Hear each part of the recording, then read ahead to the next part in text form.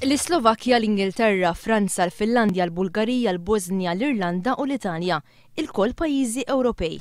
Il-koll pajjiżi fejn il-mexxejja politiċi bilan li għatu eżempju fi żmien fejn il-familji jintalbu jagħmlu sagrifiċċji, naqsu, jiffrizaw jew sahansitra waqfu għal kollox is-salarji taghhom.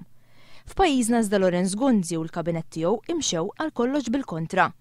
Fl-istess żmien li ħadu d-deċiżjoni li jżidu l-kontijiet tad-dawl u l-ilma għall-ogħla livelli fl-istorja, iddeċidew ukoll mingħajr ħadd ma kien jaf li jżidu d-dhul tagħhom b'500 € fil-ġimgħa. Dan wassal għal żieda ta' 14% fit-dħul id-dikjarat tal-kabinett bejn l-2008 u l-2010.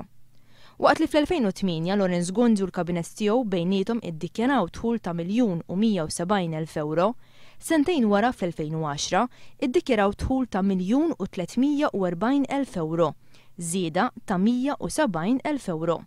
Bejniethom kollha matul l-2008, l-2009 u l-2010, il-Prim Ministru u l-membri tal-kabinett iddikjaraw dħul totali ta' €3,840,000. Il-membru wieħed tal-kabinett, Mario De Marco, waħdu fuq medda ta' 3 snin, iddikjara bħala dħul personali tiegħu ma' €700,000, kważi 20% ta' dħul totali tal-kabinett kollu. Bħala medja l-membri l-oħra tal-kabinett matul l-2008, l-2009 u l-2010 iddikjaraw dħul totali ta' €240,000 kull wieħed.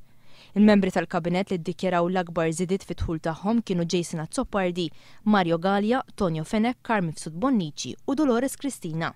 Dawn iddikjaraw żidiet ta' bejn 18,000 u €31,000 fit-dħul tagħhom mill-2008 sal-2010.